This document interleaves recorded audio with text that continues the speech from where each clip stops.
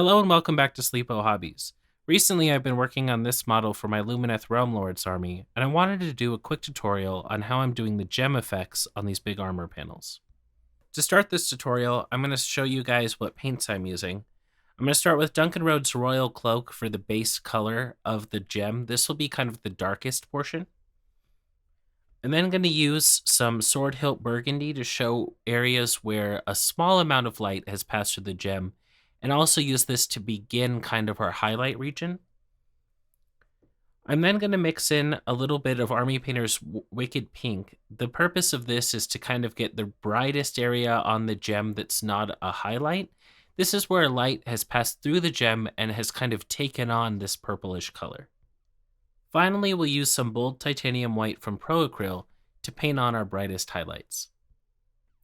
The next thing I want to do is show you how these colors will help us achieve a realistic gem effect before we begin on the model. Okay, I've brought us into Photoshop, and now I'm going to give you a quick demonstration of how we'll use the colors we just discussed to achieve this realistic gem effect. We're going to begin by taking our base color and applying it over the whole area.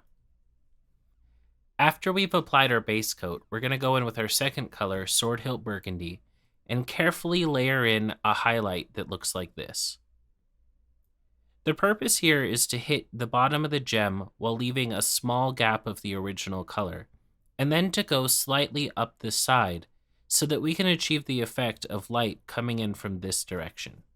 After that, I'm going to start mixing in very small amounts of Wicked Pink into the Sword Hilt Burgundy and begin to do a brighter highlight within that shape we created. Finally, I'm going to add a lot more Wicked Pink, which will go up to a more saturated color, and apply some just in the very middle here. This saturated pink will actually help sell the effect that the gem is glowing. Once we've achieved a nice result for the light that has passed through the gem, we want to paint something to indicate where the light has hit the gem in the first place. We want to show that light is hitting the top left side of the gem and entering in from that point. In order to do that, we need to apply a very thin reflection and then one bright highlight. We can achieve this by starting with a very desaturated color and very lightly applying it to that top left portion. Finally, you just need to add in a bright highlight at the top. I do this by mixing a little more bold titanium white into the mixture we've already been using, and then applying a very careful small dot in the top left corner. This will be where the light enters and then is scattered into the bottom. Now that we know how light will pass through the gem, we can apply that to the model.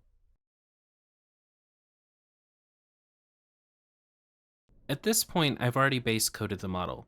So I'm going to take a little bit of the Royal Cloak and a little bit of the Sword Hilt Burgundy and begin by making an intermediate color to start painting the highlight at the bottom edge of this gem. So as we saw in the Photoshop demonstration, I'm going to begin by doing some thin layers at the bottom and the bottom right edge, gradually mixing in more and more of the Sword Hilt Burgundy until I have achieved a nice effect.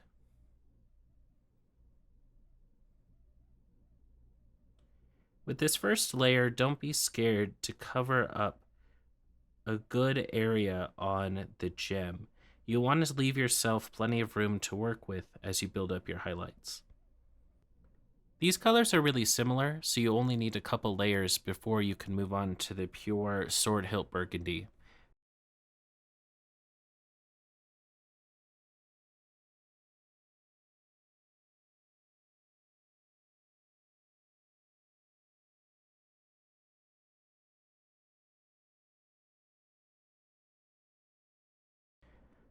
After you've moved on to the pure Sword Hilt Burgundy, begin by mixing in just a very small amount of the Wicked Pink.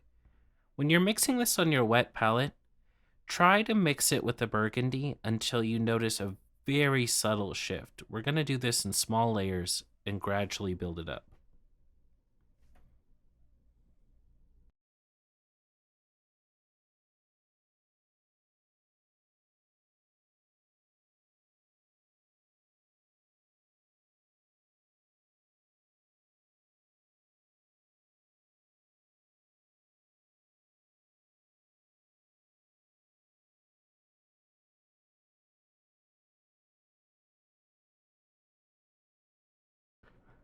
as you layer the colors, don't just do perfectly in the center of this area you've created as you highlight up. Start keeping it toward the bottom of the gem. This way, your brightest color will appear furthest from where the light is entering the gem.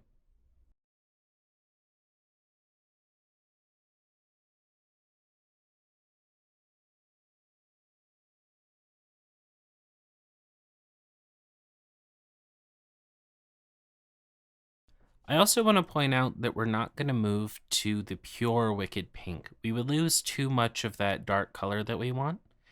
We're only going to mix in layers to the sword hilt burgundy until we feel that we've reached the level of brightness that we want.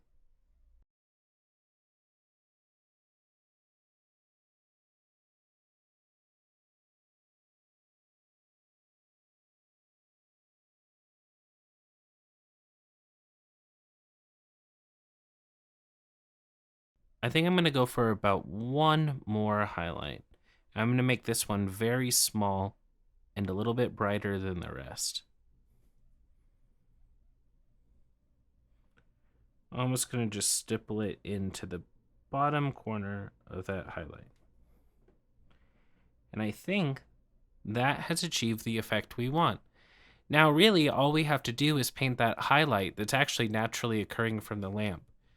And then finally go over with a gloss coat to kind of help amplify the effect.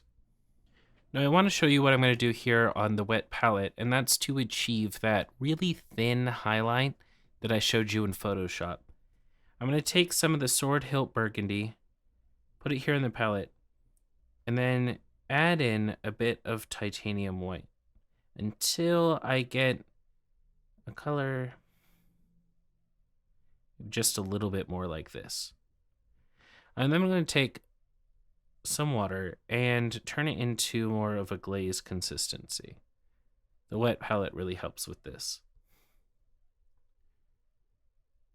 Once I have something like this, I can apply a very thin layer over the top of the gem to kind of show where light in general is kind of reflecting off, but not quite caught in that bright highlight. So for this next step, I'm going to go ahead and wash my brush, then get a little bit of that glaze we created, wipe it off on a paper towel, and just apply a thin layer over the top of this gem.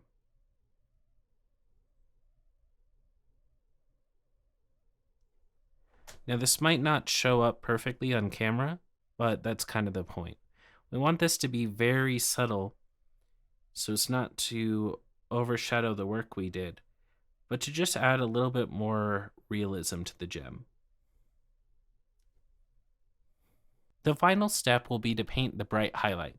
We could use the pure titanium white, but I like to make it just a little bit tinted with these purplish colors we've been using.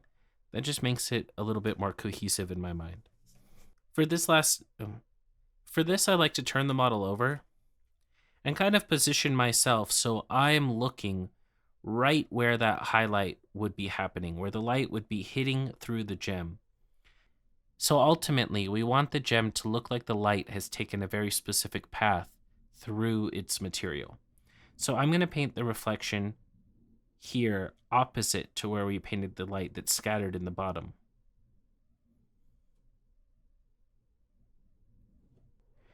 And there you have it. We've painted in the lighting effects on the gem.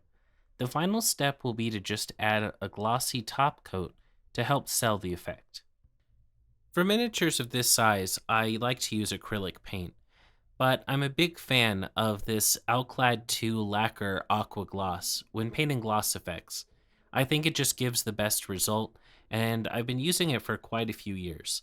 So I'm going to take a little of this and use it to brighten up that gem we painted. When working with paints that aren't acrylic, I don't like to mix it with my paintbrushes or on my palettes. So I usually take a little piece of tape or something else that's disposable and just put a little drop down.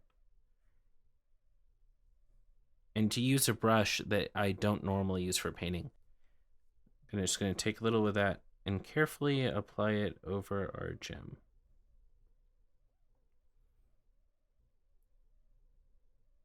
When applying a glossy top coat, sometimes it can appear a little bit milky or translucent, but that will usually go away when it dries if you don't apply too thick of a layer, but that's a little bit difficult to do with just a brush.